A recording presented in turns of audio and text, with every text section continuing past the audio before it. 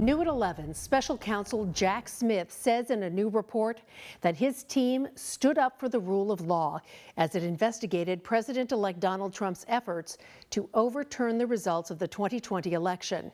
The Justice Department sent the report to Congress after a judge refused to block its release. Smith says he stands fully behind his decision to bring criminal charges against the president-elect and says he believes that Trump would have been convicted had he not won the 2024 election. Late today, Governor Newsom agreed to add the Southern California wildfires to a special session of the legislature. This comes after Republicans in Sacramento called for that special session to deal solely with the wildfires and not focus on the incoming Trump administration. CBS 47's Jason Tactagian joins us in the studio with the political back and forth between the two parties. Jason, what can you tell us? Well, Governor Newsom reached a deal that adds $25 million to a special session aimed at, quote, Trump-proofing California. One local assemblyman tells me that's not what Californians are asking for.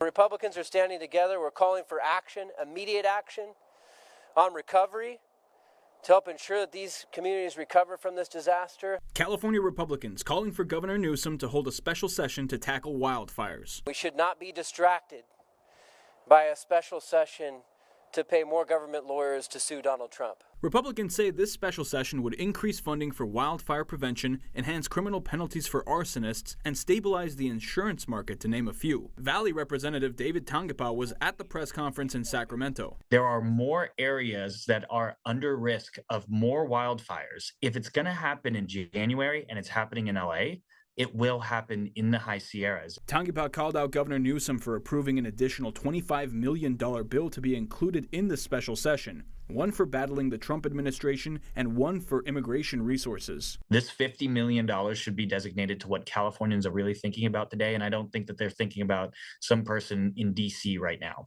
However, worries about President-elect Trump threatening to withhold federal aid to battle fires are real. He did it to California back before I was even governor in 2018, until he found out folks in Orange County voted for him, and then he decided to give the money.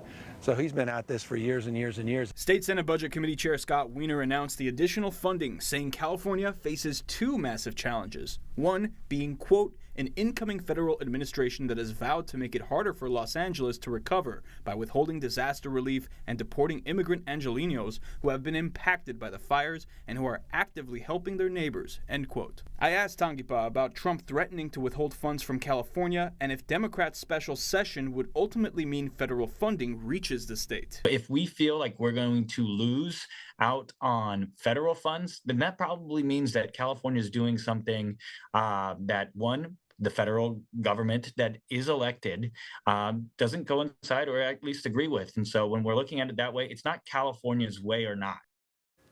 And Tangipa did tell me that these fires are a nonpartisan issue and that he hopes California lawmakers can come together to help Los Angeles. But in the studio, Jason Tactagian, CBS 47 Eyewitness News.